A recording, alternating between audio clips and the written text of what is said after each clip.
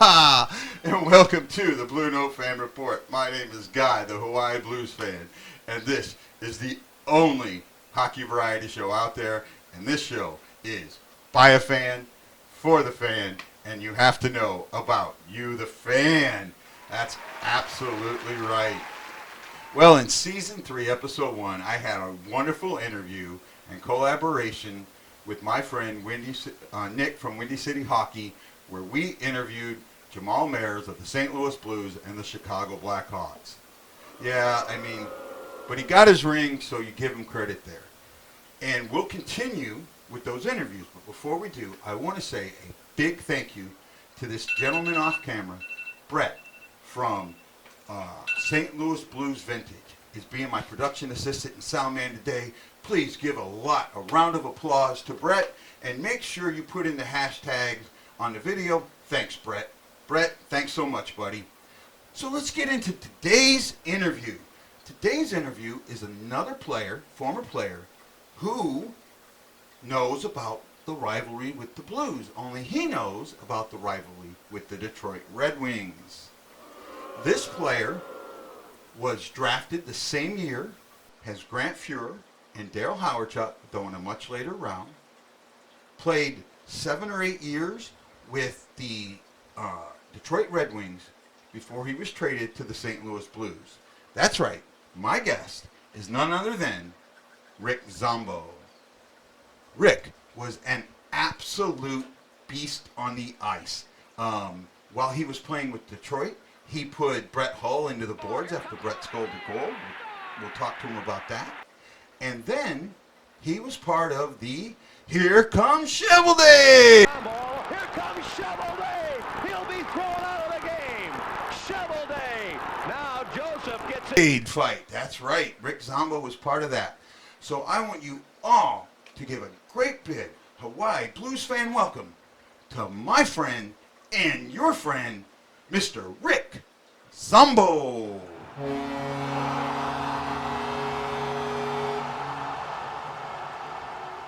Okay, everyone, please give a great, big, warm BlueNote Fan Report welcome to former Red Wing, former Blue, Rick Zombo. Rick, welcome to the BlueNote Fan Report.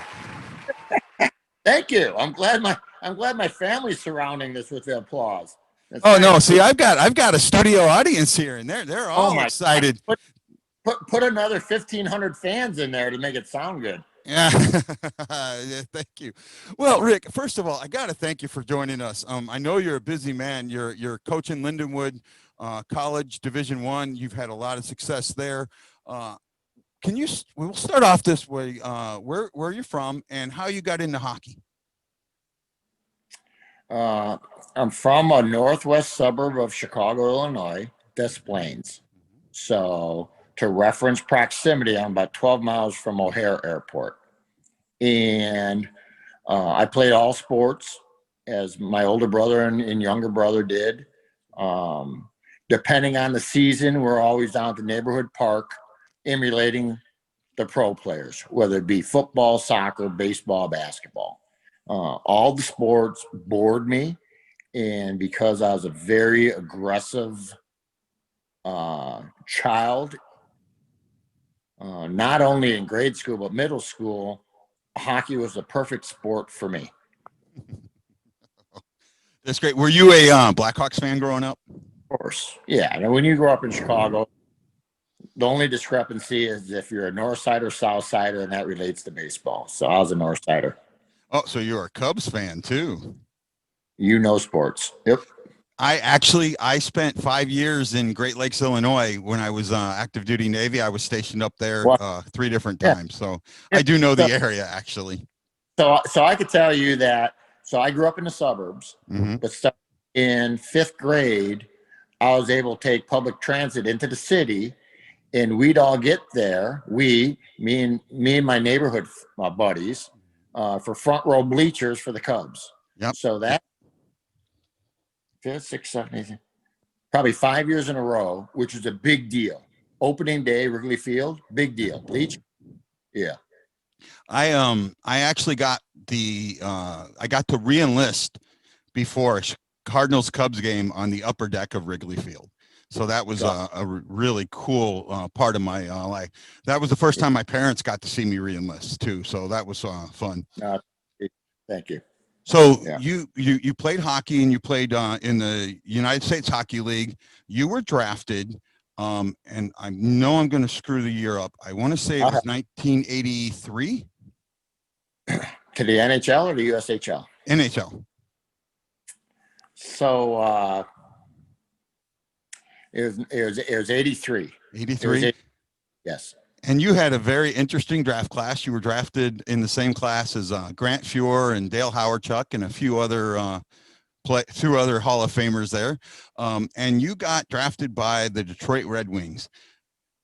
Being a Chicago kid, getting drafted by Detroit Red Wings, what was going through your mind, man? Can I talk? Yeah. There's a lot to this. Go. Okay. So I was playing in the USHL. So right now it's the Premier Junior League. It's the #1 tier for junior players. It's easier to get a college scholarship than making one of these teams. Okay. So at 16 years old, I moved to Toronto, where major junior is the big influence. Okay. I was drafted in Ontario to play for the Cornwall Royals, Ontario team that played in the Q, Quebec Major Junior, which it is a high scoring, great for scorers, terrific for goalies, development league, tough for defensemen. Somehow I ended up in Minnesota. My family didn't know a damn thing about hockey, the politics, where you go, where's the best placement. But anyway, that was my draft year. That was also my scholarship year. So I was a senior in high school, and I could have went to any college school on a full ride scholarship. Okay. To say that I had the grades. So Harvard was one of the schools that I could have attended. Right. That's cool. You only have 4 official visits. So Wisconsin, Minnesota, North Dakota, and I went out to Albany, New York, which was Rensselaer Polytech Institute.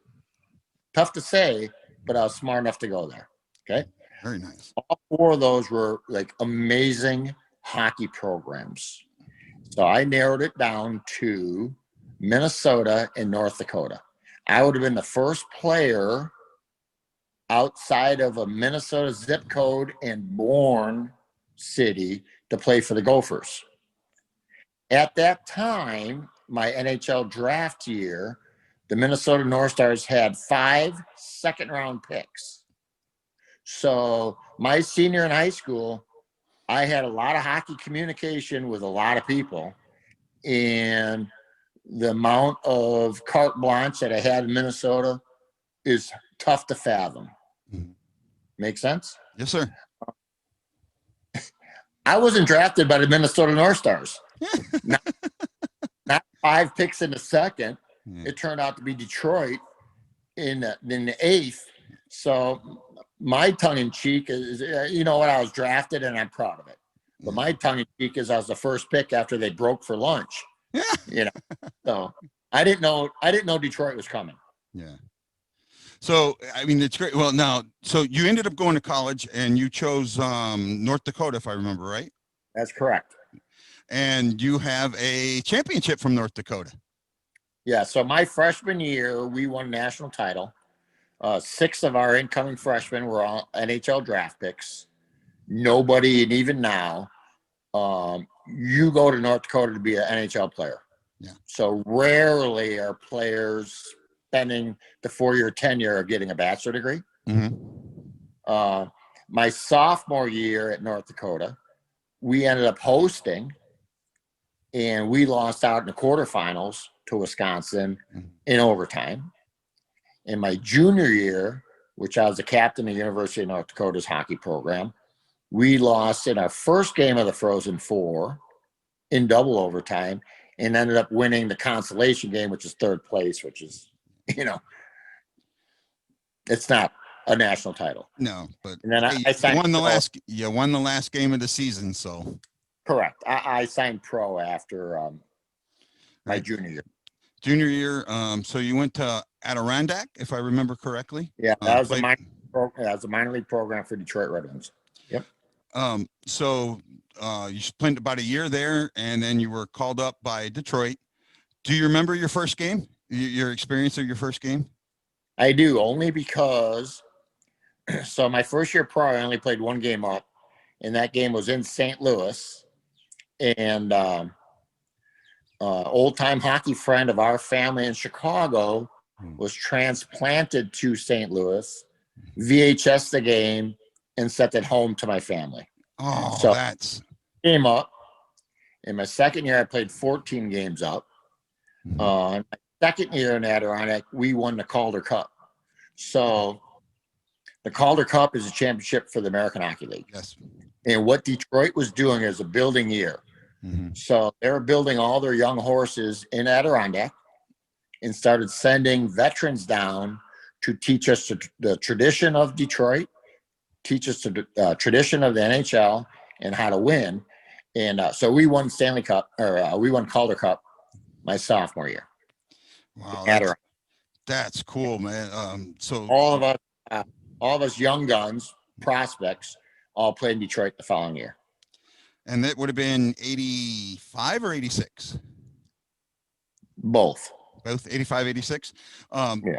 Yeah. Well, first of all, you getting to play your first game in St. Louis, that's cool. And then to have that game VHS for your family, because, you know, back then, a lot of the games were regionally shown. So that game would only been shown on Channel 11 in St. Louis and whatever Detroit's TV station was.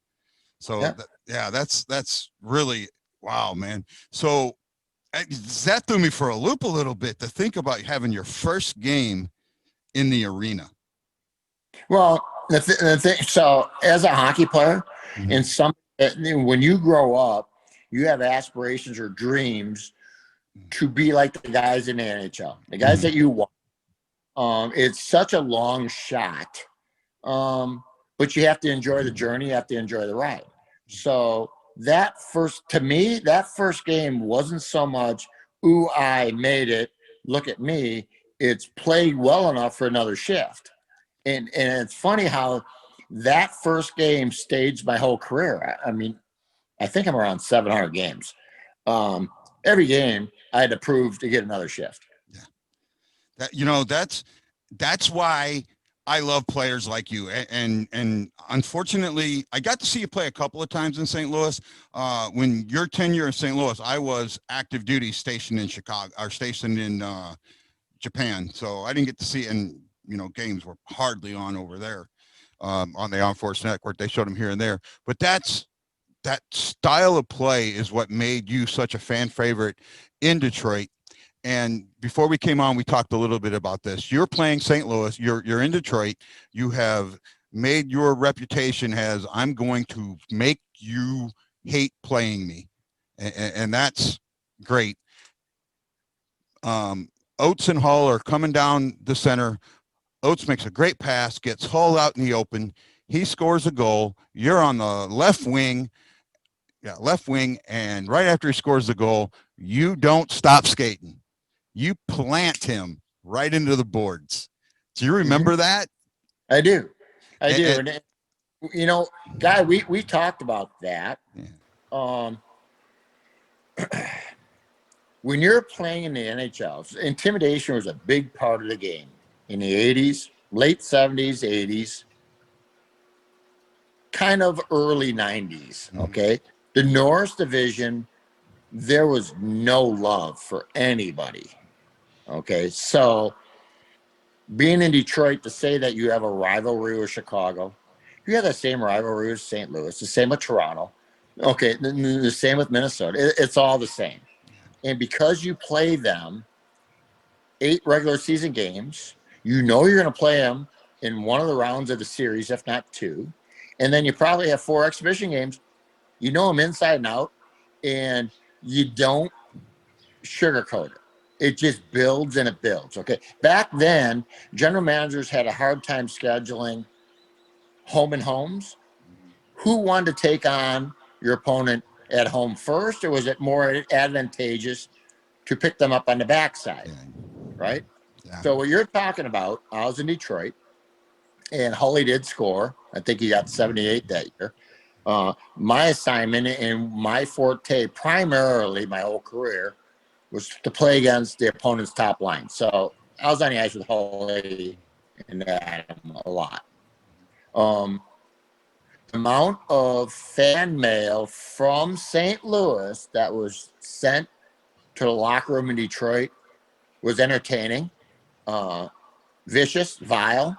But you become so callous as an NHL player, it's camp fodder and it's entertainment. So I'd pass it around.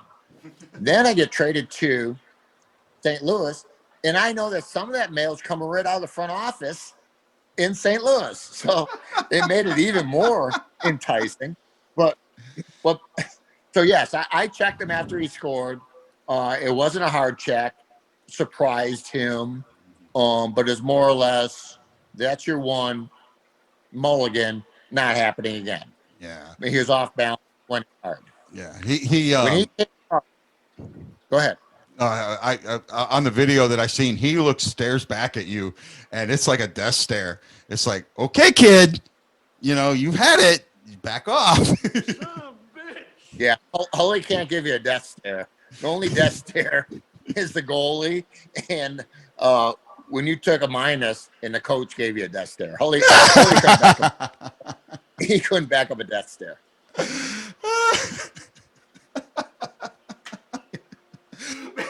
I'm not supposed to be laughing at that. That's just great, Rick. That is absolute great. So you mentioned it. You're traded to St. Louis, and actually, do you know you were talked about? Oh, actually, no, wrong thing. Now I'm thinking. So you were traded to St. Louis for Vincent No, not Riendo. Yeah. For Riendo, correct? Yeah. Yep, for Vincent Riendo. So you get to St. Louis after all those years of playing for the Red Wings and having this distaste. You walk in that locker room for the first time against these guys that you have played as mean and as tough as you can. What's the reaction in the locker room? Guy, there's a story behind that too. Okay. Go for it, my friend. Adam and I were best friends. So we played 2 years in the minors together in Adirondack. Who was that? You froze on me. Adam Oates. Adam Oates, okay. And then 4 years in Detroit together. Mm-hmm. And not only did I live in his condo, but I bought a condo in his subdivision. We bought houses together. So we drove to the rink every single day. Okay, so Oates and Hall were really close. Mm-hmm. Oates gave me the heads up that I'm on the shopping block. St. Louis is trying to get me. And I wasn't surprised because the year before, Nicholas Lidstrom came into Detroit. And the year I got traded, Konstantinov came to Detroit. Okay. So I seen what was coming. And then the coach, Brian Murray, hated Americans. So I kind of seen it coming. So I asked Stevie, what's going on? So I talked to Stevie Eiserman. Mm-hmm. So Stevie went into Brian Murray. No, Zombo's not being traded. And this, yeah, okay. So our home opener, I was one of the alternate captains for Detroit, mm-hmm. and I was a healthy scratch. So when the lineup went on the wall after morning skate, and I saw I was a healthy scratch, I knew there's a trade being made. I knew it was happening. Okay. So anyway, I get traded, and the funny thing is, as an NHL player, you're always expendable. Mm-hmm. You can't get comfortable with the zip code, but you have to appreciate and patronize the people that attend your games, which I made a habit of. When Gretzky got traded to LA from Edmonton, Rick Zombo is expendable. Okay, so you know it's happening. When you get traded, you're automatically welcomed into the room. And at that time, Brian Sutter was the head coach for St. Louis. Amazing, not only man, but the whole Sutter family. Amazing. Okay. So the locker room's the same, except for one thing. Detroit was run like a first-class program. St. Louis was like shoestring compared to Detroit.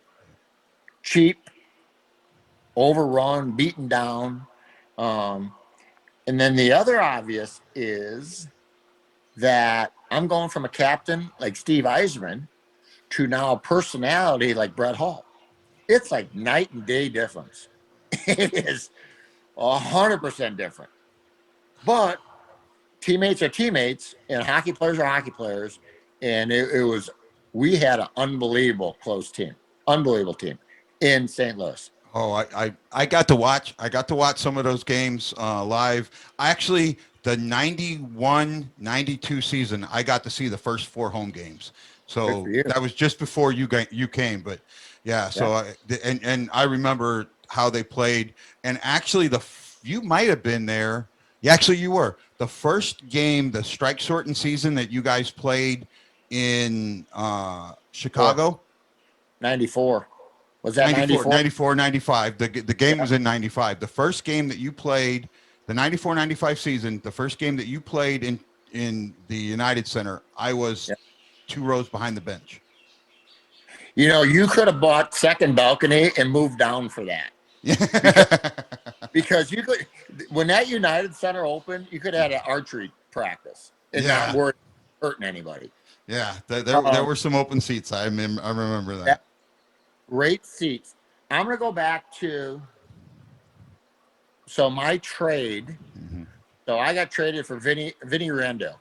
So Vinny, the number 1 goalie for St. Louis. Okay. Here's the big name that opens the door. Curtis Joseph. So Cujo was backing up Vinny. So by Vinny getting traded, gave Cujo the opportunity for the start. On top of that, the Blues had Scott Stevens. Okay? Yep. The Blues got caught with their hand in the cookie jar when they acquired Brendan Shanahan. Okay? Yes, sir. So they lose like the best foundation for any playoff team, Scott Stevens. And they lose the next 4 consecutive years of their first round pick for doing something wrong to get Shanny. So there's a big hole for not only my year coming in, but 4 different years. Okay. So when I come to St. Louis, so when you get traded, the team that picks you up takes a lesser of your rent or mortgage. They gave me Scott Stevens' house. And here's the keys. You know, we're not in the real estate business. We lost Scott Stevens and we ended up buying his house. You got a place to stay. There's a lot. What people don't understand, like they just see the fun after the game. They see how much passion is played during the game, but the business side is so. Yeah, the business side of the game can be very difficult, and you know we're seeing that now even in today's game.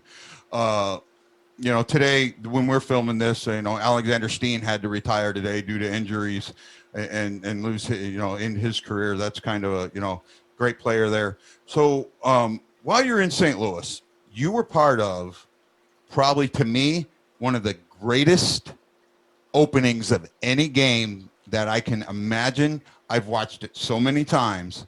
I think you know what I'm talking about. This is the Here Comes Shovel Day game. Oh my. Okay, so I if I'm not mistaken, it's the #1 hit on YouTube. Yeah, it's Joe Shovel Day fight. Yeah, right. So every game we hated each other. Now we weren't shooting pucks at the opponent during warm-up, but you don't dare cross center ice because it's on. I mean, it was a powder keg. Every game, just not that one. When you watch, Chaser was the one that was stirring it up. Okay? And unfortunately for him, Bob Probert was on the ice. And as Chaser was doing his buzz arounds, he decided that Jim Cummings, who's a heavyweight, but not as established as Bob Probert was, that was going to be the turning point. We're going to get this on. Okay. It was an amazing fight. And everybody teamed up. as far as spectators and the guys on the ice. I was on the ice at that time. Yeah. Yes. Part of our scud line. So that was when the U.S. Began war with Iraq. Yes. Okay, I was so over there. Dave Lowry, Ronnie Sutter, Dave Lowry, Bobby Basson, and Richie Sutter. One of the best all-time forechecking lines in NHL history. And Bob Probert had Dave Lowry out at center ice. Total mismatch. So as you watched that, I came to the rescue where I jumped on Bob Probert. Even though I knew him, he wasn't on my team anymore. Yeah. Not until I watched film the next day did I realize he just missed a haymaker over top of my head. At that time, it's all a matter of rallying the troops. Okay. Cujo, being the guy that he is, he's like, let's get it on. Because there's one of those goalie fights where it's like two comedians in sumo equipment, they were actually chucking them. That was actually like let's chuck punches. And that's what made it so good. But it was a powder keg waiting to happen. And Chaser was the fuse, but the attention all went to the Shovel Day Cujo fight. Yeah. I said this started out. It started off. Chaser was, let's start there. Everyone talks about Hull, and that's why on my board to talk about Hull. But Chaser was as big of a personality as Hull was, but he just, for some reason, you don't see it. But on the ice, tell us more about Chaser. What can you tell us about your time playing with him? And Kelly Chase is one of the most loyal teammates I've ever been around. Limited skill. When I say limited skill, he's got good enough skill playing the NHL, but players recognize how to earn a paycheck. So you're talking about not a heavyweight, but fought in the heavyweight division. And because he had so much passion for his teammates and for the St. Louis Blues, and also he's a good fighter and had long arms like an orangutan, it allowed him to not only deflect, but also connect on his hits. So the year prior to that, both Tony Twist and Kelly Chase played for Bob Plager in Peoria. That year was like an amazing year. I think they only lost 5 games all year. But Chaser probably had, I'm guessing, 300 minutes and penalties. Both him and Twister, for sure, each had 300. So now these kids are trying to make a name for themselves. And it's too bad back in the day that our players weren't mic'd up, but we had some really funny one-liners on the bench, like really fun one-liners. It was a laugh a minute. We had Brian Sutter, Bob Plager, Bob Berry. These are all old school coaches that played and understood you got to have fun during the game. And it was rough and tumble. You knew something's going down. Like, for any hockey player to tell you that they weren't afraid, they'd be a minority, because it was very easy to inflict decent damage to somebody if you didn't carry respect close to your vest. Yeah. Okay. But the men in stripes didn't police it. You policed it yourself. So you made people accountable. So somebody like Kelly Chase allowed, even though he didn't have the skill to play with Brett Hull, allowed Brett Hull to do what he did best. Yeah. Otherwise, you're being held accountable. So the paycheck didn't indicate for Kelly Chase his presence on our bench, but as far as a teammate, we were all new. Yeah, that was oh man, I'm sitting here. You're sending chills down my spine. Wow. Now I'm trying to come back to a point that is just so great. I'm going to tell you something. You Yes, can sir. relate. Okay, I was never in the military. You guys that served our country know exactly what it's like. You know, just by looking at them in the eyes, that the brothers got you. And in our locker room, you owe it to the guy across, and the guys on the right, and the guys on the left. You know Yeah, what it is. You know. absolutely, absolutely. You're right. That brotherhood and that the one-liners. I remember a game that I sat right behind the bench, and you're right. You guys were cracking them off. You mentioned this a little bit. You got to play.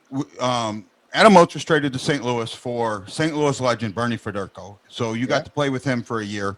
What was Federko? How was it like playing with Federko, even at the end of his career? So I'm Detroit. We couldn't figure out the trade. We couldn't figure it out because Otzi was amazing in his prime. He got number 3 ice time. So Stevie got number 1. Sean Burr was a checking centerman. Otzi got number 3. Okay, but he is coming into his prime. Then we get Bernie, who's on the downside, that had an amazing 14 years as a goal scorer, and we give up Paul McLean and Adam Oates for Bernie. Now we're going, okay, this ain't right. And because our head coach, Jacques Demers, coached Bernie, we're like, okay, here comes an inside snitch. It was really hard to accept Bernie Federko in our room because the lines in our room in Detroit were very clear. What side the fence you're on, very clear. So it's tough for Bernie. You know, he's a Hall of Famer and an amazing career. It was too bad his last NHL career was in Detroit, not going out in St. Louis. Yeah, I really do agree with you on that. I wish he would have been able to go out in St. Louis. Yeah.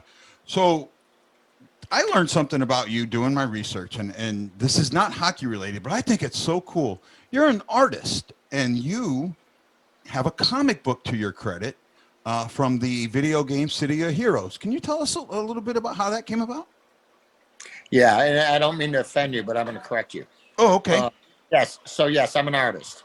I probably should have went to school, liberal arts, because I have a very creative eye and very talented. Sketching primarily. I tried to, without any formal training, learn through acrylics before I got to oil. But I didn't go to school on a full-ride scholarship for liberal arts. I was a pre-vet major. Okay, so I was going to school for pre-veterinarian. I picked up the drawing later when I was riding on the bus in Adirondack. This coloring book. So when I was playing in Detroit, being a celebrity, difficult for me to say, the cartoonist for Ted Nugent, I met him through Ted, and he decided to take me fishing on Saginaw Bay. Rough day, terrible fishing. Anyway, what I didn't know, he started sketching me, and then we ended up putting together a coloring book where Eric Larson was the illustrator. It was my storyline. So yeah, I have a coloring book. It's called Discovering Hockey. And I'm like, I'm going to distribute this book to the public, not having any business knowledge, not knowing the weight of paper, this, that, and the next thing. So yes, I do have a coloring book. And my dad's basement was full from the printing press, boxes and boxes, but I didn't know how to sell or market all this stuff, and I didn't know price point. But anyway, yeah, I have a coloring book that's out. Do you still have copies of it? I do. Would it be too much for me to ask if you would send me one? Yeah, off the air, you can send me, and I'll mail it to you. Oh man, that's great.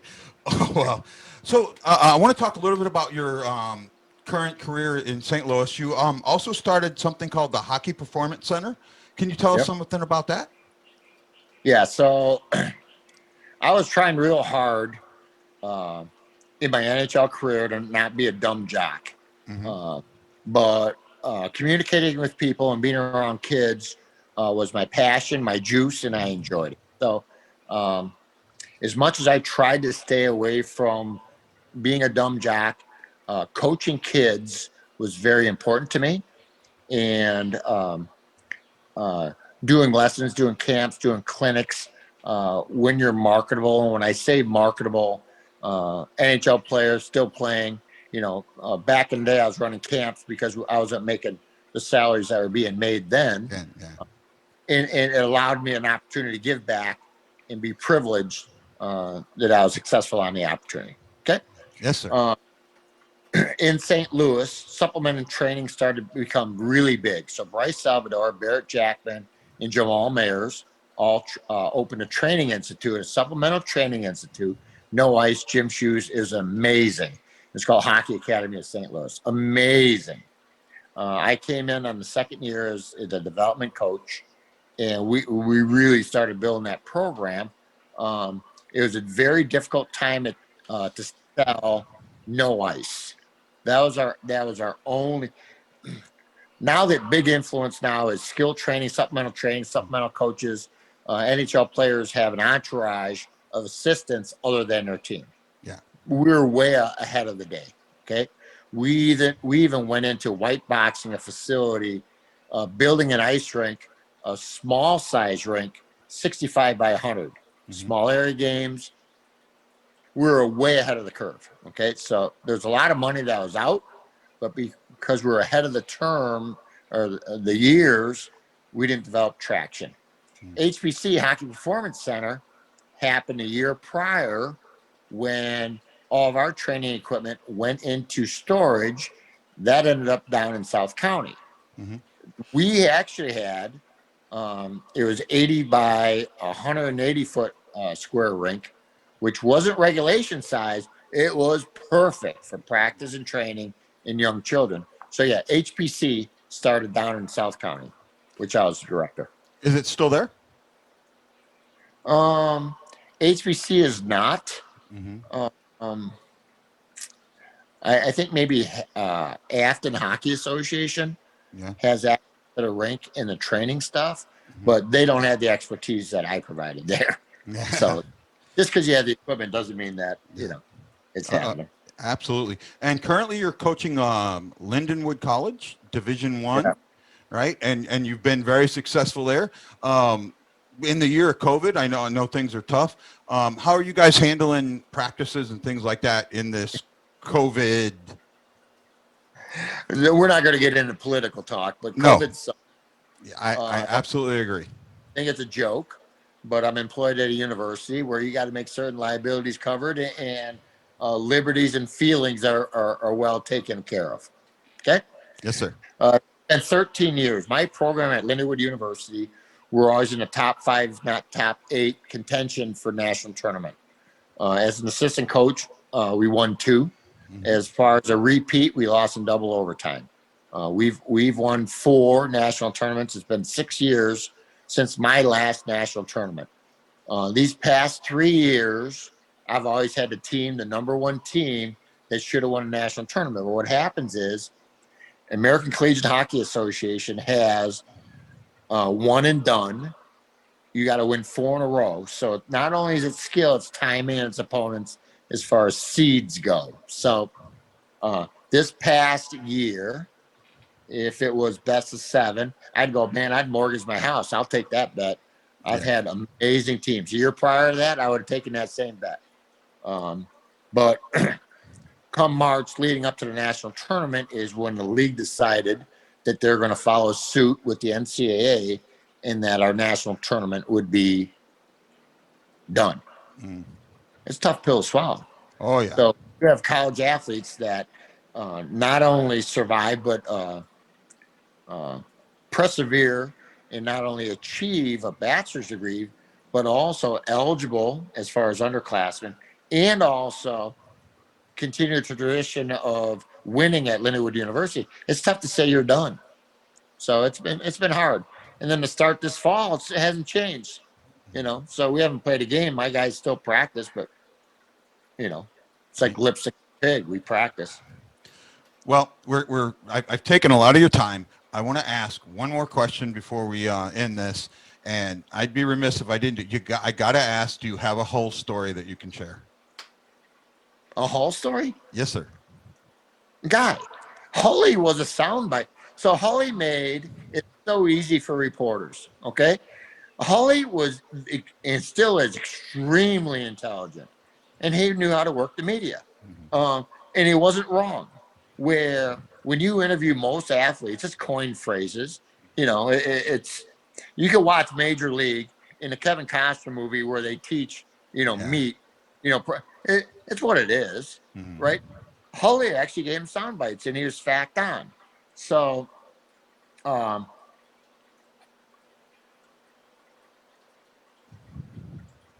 they're all easy for me to bring up. I think the one that's regurgitated a lot is when we're in LA and Holly scored the goal in OT. That's a big one because Brian Sutter was losing his mind. He had the scud line out trying to preserve the win, and Holly's like, "We don't do overtime in LA." Yeah. Okay, everybody's heard that story. Yeah. And the other one they heard, so when Mike Keenan came in, and he was a big fitness guy, so he hired Bob Kersey, Jackie Joyner Kersey's husband, fitness. Mike Keenan actually wanted to have bicycles, stationary bikes, bolted into our commercial flights so that we could ride bikes when we go from one game to the next, stationary bikes. But the best is when I got traded here, so Holly had his own restaurant on 141 and Olive. Yes. And I got invited to eat at Holly's restaurant, and Bobby Hull was in town. So his father, Bobby Hull, and we all, just not those two, we were drinking pretty heavily, but it was belligerent. So in the NHL, it's massive consumption of quality food, quality alcohol. And to have father and son get into an argument, I think Holly scored 78 that year and maybe 80 or 82, whatever he got the next year. 86. 86. Thanks. To his dad, I'd get 120 if I played when you did. So Brett said to Bobby, I'd get 120. And then Bobby said, you went last 10 games when I played. So, it's serious how the game had changed. Very interesting, two different perspectives of amazing personalities, amazing talent, and well-deserved Hall of Famers. It was a father and son dispute. Yeah. So a lot of people haven't heard that one. No, and that's great. So actually I lied. I am going to ask one more, and this is going to pertain to the Stanley Cup championship that the Blues won. We all seeing Chase and Hull revel in that win. Being a Blue for 4 or 5 years and living in the area and that, are you connected to that? Did you feel like that win was for you too, or that you were part of that win, or, what were your feelings on that? I was part of everybody that's a current resident of St. Louis and has been a Blues fan their whole life, if not through heredity, but a friend introducing them to a St. Louis Blue or a St. Louis Blue game. Okay. So with the alumni, accessible 2 tickets to our alumni box. The problem when you get into the playoffs, there's a waiting list, so you don't get your 2 tickets. Okay. But I knew enough people. I was in attendance for every playoff game in St. Louis. I was very fortunate for that, whether it be a nice skybox to a close friend of mine or alumni seat. The best game for me was Game 7 against Dallas. To me, was the best game. To know, you have to understand, Guy, pre-Christmas in the alumni box, we were embarrassed to say we had anything to do with the St. Louis Blues. They were that bad. So can I stop you? Can I stop you real quick? I know how rude it is to interrupt. So I got to tell a quick little story so you understand.